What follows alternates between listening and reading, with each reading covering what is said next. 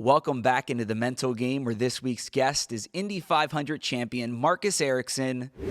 I was going to races, and I would sit there and think to myself, I'm not enjoying going here to the race. And I was like, what's wrong with me? Why am I not enjoying? This is like the dream that I'm living, and I'm not enjoying it. And in this episode, Marcus opens up about living out his childhood dream on the track, but also the ups and downs in racing, where he was struggling and losing for years and years in Formula One before making the switch to IndyCar, where he got to the top of the sport, winning the 2022 Indianapolis 500. He also talks about his own personal mental health journey and why he wants to help kids now take care of their mental health. All of that and much, much more coming up in this episode. But first, I want to tell you about Man Therapy. And guys, I am talking to you because we have to be vulnerable and talk about our mental health. We can't just cry when our favorite team loses or we're losing in fantasy football. We have to get in touch with ourselves, and that's why I want you to go to mantherapy.org today and help yourself with your mental health. But now it is time for the latest episode here on The Mental Game with Marcus Ericsson.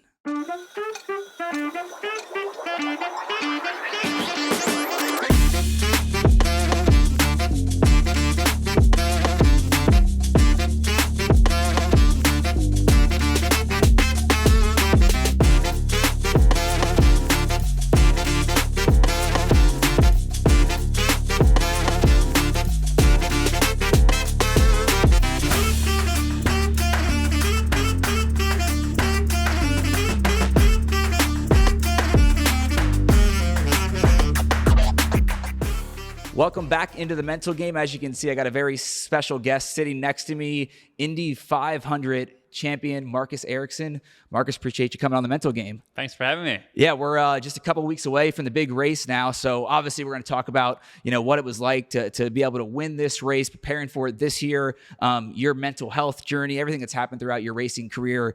But the way I start off the show with every guest is asking, what does mental health mean to you? And I think it's a very personal, individual question because we all go through our different stuff with mental health. But I'll ask you the same thing. What does it mean to you? I mean, for me, it's both, like you said, it's privately, like personal, but also in my professional life. The mental health really helps me on and off track, Yeah. So I feel like I always try and be in a good mental state, and that helps me in everything you do, right? Like you always need to have a strong mental game. It helps you in life in general. So I think for me, it's been a big part of my life, on and off track. So yeah. The name of the show is The Mental Game, so thank you for plugging that did I right even away. Say that? Yeah, that was perfect right off the bat. We'll be using that. You grew up in Sweden. Yeah. Discovered racing really, really early on, starting with the karts. Walk me through your childhood, how you found this sport. Yeah, so obviously racing is not like the usual sport that every kid is starting with. It's quite a unique and different sport. So for me, or what racing normally has, you have a dad or a mom or the granddad. Like it's a generation thing. Mm-hmm. Like you go through generations, and that's how you get into it. For me, it was not like that. I never, my dad, my family, they never did anything connected to racing. So for me, it was actually the fact. I mean, one, apparently since I was born, it was like cars. Yeah, like all I wanted to obsessed. play, and like all I wanted, there was cars. Just obsessed with cars. So I think there was an interest there, obviously. Yep. And then from a very young age, I found out there was a go-kart place close by in Sweden when I was growing up. And I was bugging my dad like all the time. I want to try. And then I think eventually my dad was like, all right, let's give in. Let's give it a go. And I loved it from my first lap in a go-kart. Kept going there for a summer, doing the rental thing. And then by the end of that summer, my dad, luckily, he was also interested in cars and stuff. Yeah. So he sort of got the idea to buy me a go-kart, and then we went from there. And then actually, like, our whole start of my career was my dad. He's a house painter. Right. So he had like a house painting van with all his painting stuff in. So he would load that out always on Friday afternoons, all the work stuff, load in my go-kart, and we would travel around Sweden racing go-karts. So that was a lot of good memories from that. That had to bring you and your father. I mean, I'm sure you guys were close, but I mean, that's every weekend racing. He's like clearing out his van of all of his work stuff with painting, and then you guys are on the road each weekend. That had to create just a really, really strong relationship with the sport and your dad throughout your childhood. Yeah, for sure. I mean, I was very lucky to have my dad, and also my mom would come also on a lot of the races as well. So that was, I feel very, very lucky and very thankful for all that, all they had to sacrifice for me following my dream. So I definitely wouldn't be where I am today without their sort of, what they had to give up for me, let's say. There's a lot of sacrifice as parents or as the person chasing that dream. So I'm sure your life, it's definitely way different than the kids, from your town back in Sweden right now. But even growing up, you probably had a different schedule when it came to getting to the track, school. What was it like for you when you started finding success? What age did you realize, like, I can compete at the highest level? Yeah, it's, like when I started, it was just for fun. And really all through my go-kart years, it was really more a hobby than something I thought I would be able to do professionally. Yeah. I always had the dream to be a racing driver, and like that was always a dream of mine, but I never really thought about it as something that realistically would happen. Like my family, we're not rich or, had those sort of, because racing is a sport, it costs a lot of money, right? Like you need to have sponsors and stuff. So for me, it was never really a realistic thing to think about. But the more success I had in go-karts, winning the national championships and stuff like that, I sort of figured out that, this, I'm pretty good at it. But it was not until really I was 16 when I got picked up by like a talent program and got help to find sponsors and properly get like a setup around me, that I really realized that, this can actually be a career for me. And you start driving Formula One, and I know you're in IndyCar now, but then like you're 16, you start getting picked up, you get sponsors, it starts to turn from this dream into reality. But on the mental health side of things, you mentioned like you didn't come from a family with money or that was in racing. A lot of the times that's how it is. It's a generational thing, easier to get sponsors that way, or they're just built around it.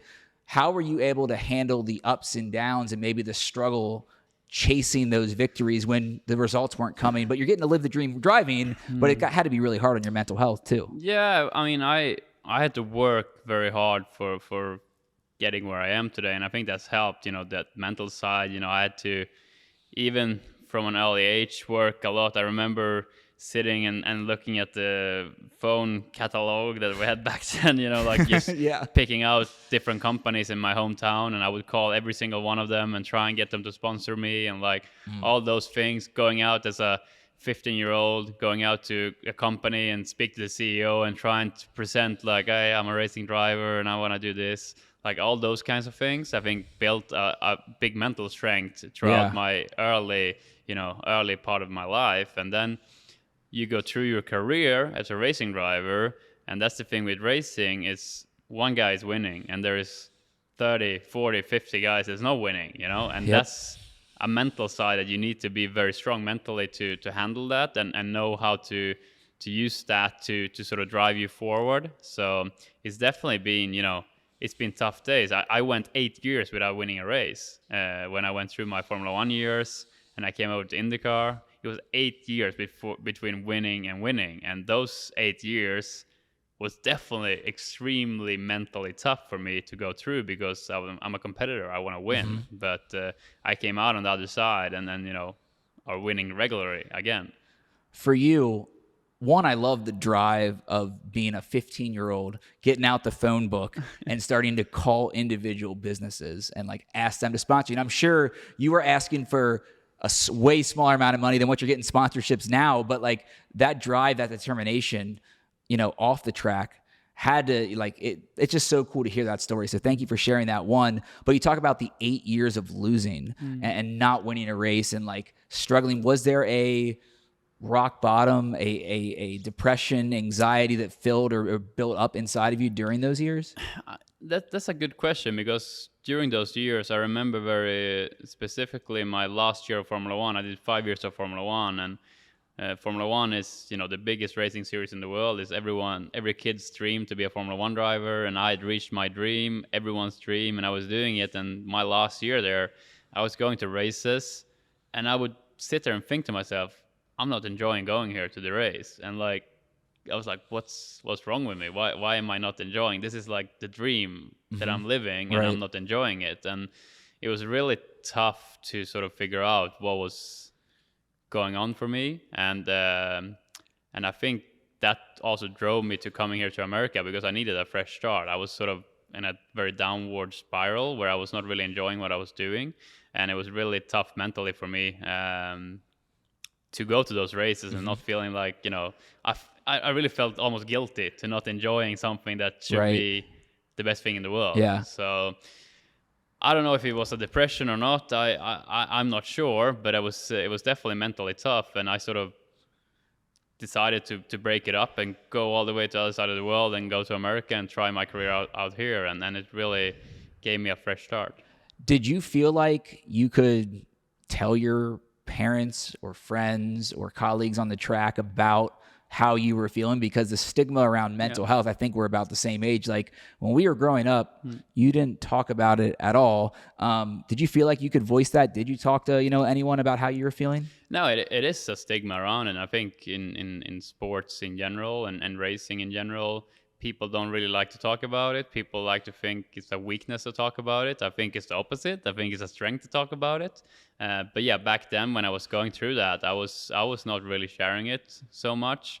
I did start to share it with my trainer, who was with me on races and stuff, and he helped me a lot because it was a relief to actually talk about it. Yeah. Like I'm struggling to enjoy this, and it did help, but it's definitely that stigma around it, which is it's not good.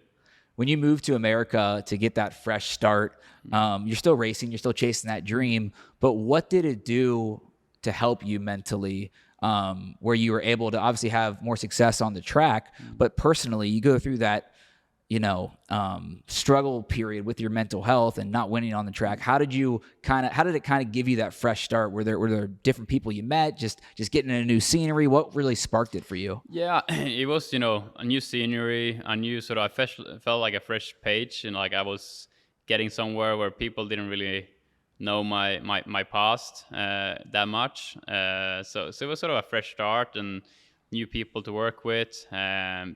But it was definitely hard. Like even when coming here to America, I think it took a good year and a half where I felt like I was back in sort of the way I was before, almost, Right. like mentally strong and believing in myself, because I felt like I lost a ton of confidence during those years when I was not successful, and that was tough to go through, and it was tough to turn it around still. Yeah. Because it's one thing to say it, it's another thing to actually Do it.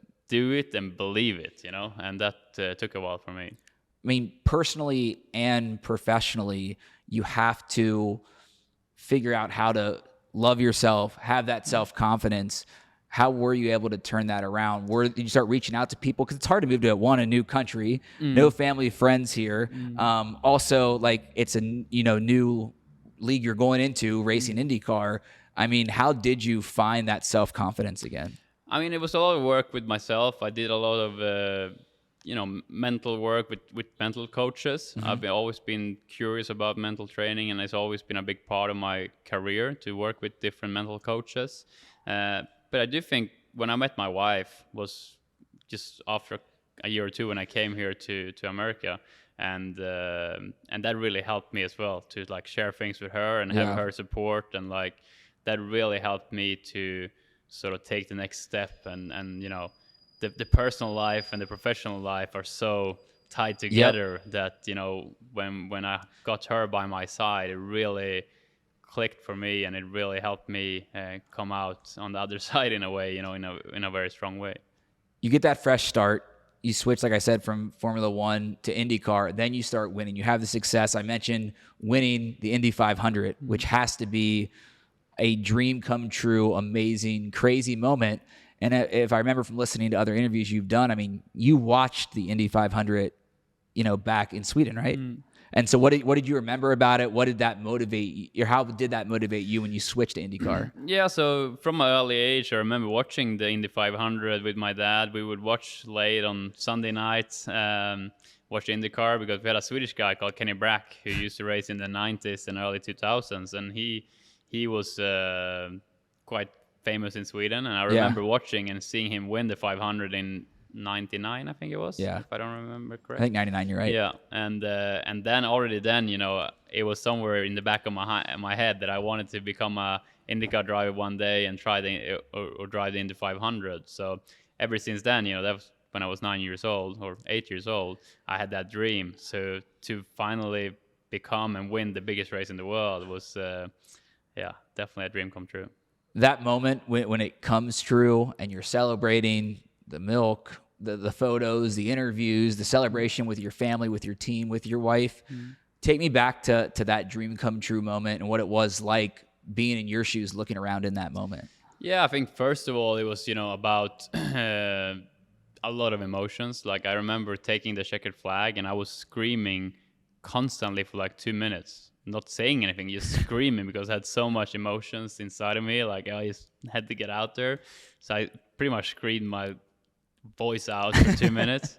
And then, after that, it was magical because, I got to share the win and celebrate with my family, with my wife, with my parents, my brother. It was really special. And also my manager, my trainer, and my backer who'd been with me since I was like 15, they were also there that day. And, wow. and not all of these people, like it's very rarely that all of them come to a race. Like it happens very rarely. And just that day I managed to win and got the chance to celebrate with all these people. That's been so important for my career. So that was I have a lot of strong memories from that day, and they will be with me forever.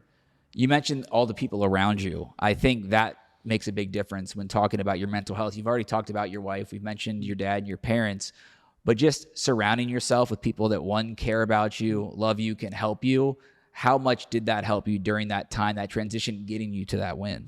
No, it helps a ton. You need to have people around you that lift you up and not drag you down. And I think that's something that I've learned throughout my life, to try and surround you with people that does that. It's very important because, I think that makes a really big difference. And that's something I've been very lucky is maybe the wrong word, but I've got a really good support group around me right now in my life, and it really helps me have a good mental health on and off track, right. like in everyday life.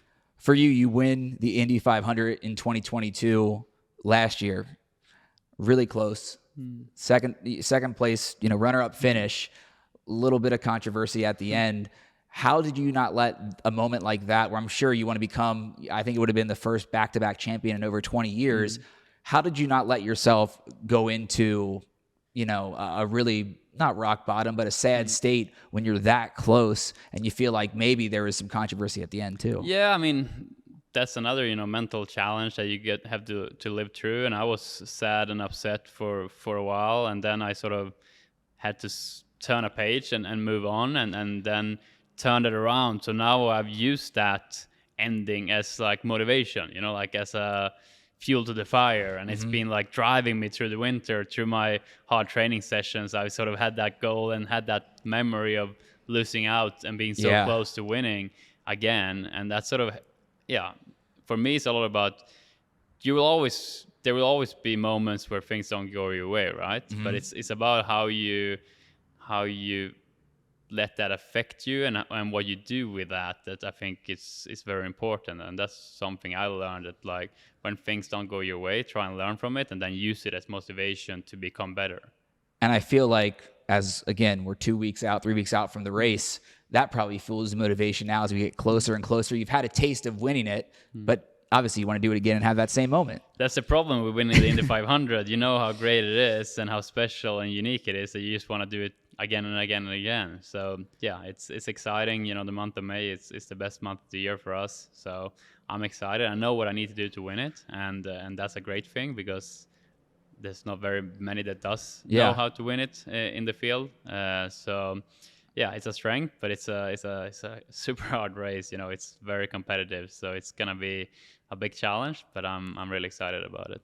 This race, you're going to be wearing a really special helmet that signifies a lot of strength when it comes to mental health. Can you walk me through where this idea came from and how excited you are to rock that helmet?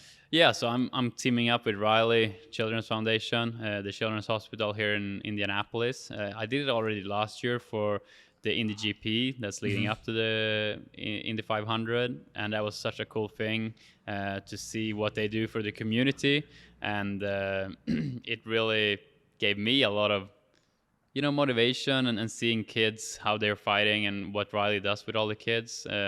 It's really meant a lot to me. So kept in touch and did things with them over the winter, and then this year we came up with the idea to do it for the 500, and also because Riley is focusing a lot on the mental health for kids. Yeah. It's also a thing that it drives me a lot, and I think it's so important to talk about it and focusing on it, and that's something that Riley really puts a lot of focus on. So yeah, wearing this helmet with artwork from patients, kids from Raleigh is going to be very special for the 500.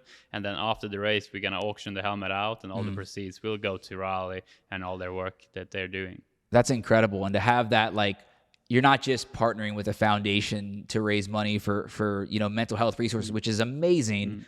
You're literally wearing artwork that these kids that are getting that care came up with. That's got to add, so much motivation to you, right? 100%. And, I got the chance already to meet a few of these kids that have done artwork that's on my helmet. And, to see them see their artwork on the helmet was just amazing. So, yeah, it definitely gives me, I'm sure it's going to give me that little bit extra that I need on the track is going to come from that. Yeah, it's really cool. And we'll put, video all over social media and throughout this episode so people can see it. For you, you've done, a lot on your own trying to give back when it came to mental health and helping others, whether it's the kids here in Indianapolis. But I want to bring up, a special story that I think maybe opened your eyes to mental health. For me, I'll never forget where I was when I heard that Avicii had taken his own life. For you were able to work with his foundation and his father and give back some money to help as they raise awareness and funds for suicide prevention. Did you feel some type of shock connection when you got the news about Avicii? Very much so. I think, growing up in Sweden, Avicii was one of, if not the biggest star and sort of role model for a lot of kids, including myself. And I was, listening to all his music, loving it. So it was definitely a very big shock for me when that happened, and really put a big focus on mental health, really. So for me, and it really shows as well that no matter how successful you are, how famous you are, or whatever, that doesn't matter. Mental health is still still there, right? So I think that put a lot of focus on it, and for me, when his father started the Avicii Foundation, I've been doing things together with them and really try and help from my side to put focus on it, because it's such an important area that I think gets more and more important every year with the world we're living in. So it's definitely opened my eyes more to it when it happened, and I've been very, very happy that I've been able to help out in some ways. I know you have a lot of fans still back in Sweden because that's where you're from. Do you feel like, the work that you've been able to do with Avicii's foundation, with his father, but, just mental health in general, being able to break that stigma, have you seen a change back home? I don't know how often you go back to Sweden, but have you seen it change? I think it's changing, but it's changing slowly. I think in the sports world in general, we're talking more about it, which is great. But I think still the problem I see is a lot of people think about it, like I said earlier, like a weakness, but it's not. It's a strength to be able to talk about it and be open about it. And I think the more people talk about it, the more we focus on it, that's going to be, that stigma is going away. And I think, like I said, it's going away, but it's going slowly away. But it's, hopefully we'll get better and better. I travel the country, do, live shows with colleges, high schools, and it is inspiring to see the younger generations talk about it way more than we ever did. People can make fun of them for being on TikTok and Instagram too much, but they are teaching me things about mental health every show that I do. I mentioned going back to Sweden. That's where you found your mental coach, right? Yeah. So I've had, to be honest, I've had multiple different mental coaches over the years. But the one I have now is actually, I contacted him like the week after I won the Indy 500. So I win the Indy 500, biggest race in the world. And the first thing I was thinking about was how mentally draining that was, and how my mental strength in that moment was really the deciding factor in me winning that race. So I'm always curious to learn more about it. So yeah, I contacted him. He's very successful, won many Olympic gold medals in Sweden with athletes in Sweden. Stig Wiklund is his name. So I'm working with him. Very good. And he's focusing a lot on the personal side. Yeah. Not so much on the professional side, but on the personal side to make sure you have a good, healthy mental health. Really. Yeah. But also here in America, I try and pick up the pieces and learn as much as I can on the mental side. So I'm always very curious about it. In this episode, you've heard both Marcus and I talk about when we had to reach out for help with our mental health. Marcus using the example of working with a mental health coach off the track right after he won his first Indy 500. Look, even at the top of your game, you have to take care of your mental health to make sure you are the best version of yourself. And for all the guys listening, I want you to go to mantherapy.org right now and take their 18-point head inspection, because Man Therapy can help you with your mental health by giving you amazing tools and resources. And by taking just that quick 2-minute test with the 18-point head inspection, you answer simple, relatable, helpful questions so you can better take care of your own mental health. I took it. It really helped me with my own mental health journey, and I want you to do the same at mantherapy.org. Go to mantherapy.org to better take care of your mental health. I'm curious what things work for you. Like for me, my favorite things outside of obviously like, being a sports reporter and having these conversations, that's my passion. But like when I'm having a moment or I need an hour, I love just listening to music, taking a walk, going to work out, to Orange Theory, just doing something to take my mind off of it. Healthy coping mechanisms. For you, what's some of those healthy coping mechanisms that can help you? Love going out on my bike, like cycling, just getting out in the nature. For me, that's like meditation. Just getting out on the road and just, like I do cycle with friends and stuff, but like just going out on my own for like a couple of hours, I think that's brilliant. I love that. But also, like, in the end of the day, just before going to bed, just sitting and thinking about the day, like, what's been good with today, what have I enjoyed? And that could be like, I had a really good cup of coffee this afternoon and a good conversation with a friend. And like, just thinking about small things like that before going to bed, for me, I found that gives me a lot of, good energy before going to sleep. And that, if you do that over time, I think it really helps your mental health. It's thankfulness for what you have. Yeah, exactly. And I think there's a lot of people that don't have it as good as we do, but you have to appreciate those moments when you do. We're going to get you out of here in just a sec, but your family, I'm sure, are they already in town for the race? No, I mean, my wife lives here with me, but my mom and dad and my brother and his wife and kids, they're all coming over and going to be here for the 500, so they're going to come here in a week or so. So I'm excited about that. It's going to be amazing to have them over and supporting me for the big one. Are they all staying at your house? They are, yeah. So we bought a house last year, and one of the reasons we wanted to have a house was to do just that, to get the family to be able to come over and stay with us in the house. So yeah, we're super excited about it. And your dad, is he going to help, kind of paint a little bit? Yeah, I'm going to get him on the, exactly.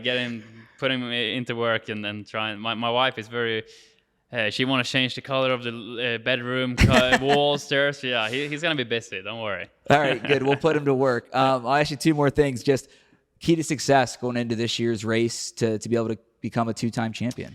Patience. For me, patience is the word for the month of May. To win the Indy 500, a lot of people will try and win it too early. It's about putting yourself in a position to win when it's 20 laps to go. And to get there, you need to have patience and work through every moment and do everything without rushing things. So for me, that's the key. And that's how I won it, 2 years ago and almost won it last year, was because I was being patient and was thinking the long game. Yeah, and it feels like for you, it can be a mental game and you're on the right side of it. There you go. Last thing, just advice to a kid that maybe isn't Sweden, 9 years old, watching you race now, just like you were watching someone win the Indy 500. They see you taking the track coming up here in a couple of weeks, and they're inspired by you. What advice would you give someone chasing that dream as a youngster back in Sweden? For me, it's to try and get out and get into go-karts. Like now, there is clubs around the world, I would say, but I know in Sweden that they have try out go-karts and stuff like that, and you have to get out there and try it, and try and drive as much as you can. I think that's the key. And then, dream big. If you don't dream big, you're never going to get anywhere. So that's always my advice. Awesome. Great advice. Marcus, thanks so much for coming on the Mental Thank Game. you. Good Thanks luck for on the having me. race. This will be the 2024 Indy 500 champion. In Sounds just a good. couple weeks, we'll see everybody back here next week on the Mental Game. And I can't thank Marcus enough for coming on the Mental Game and opening up about his racing career and his personal mental health journey. That was an awesome conversation, and obviously everyone from the Mental Game will be cheering him on as he goes for his second Indianapolis 500 victory here in a couple weeks. Next week on the Mental Game, we have another surprise guest, and it is one of the biggest voices in football. That is your one hint, and we'll see you all right back here next week on the Mental Game.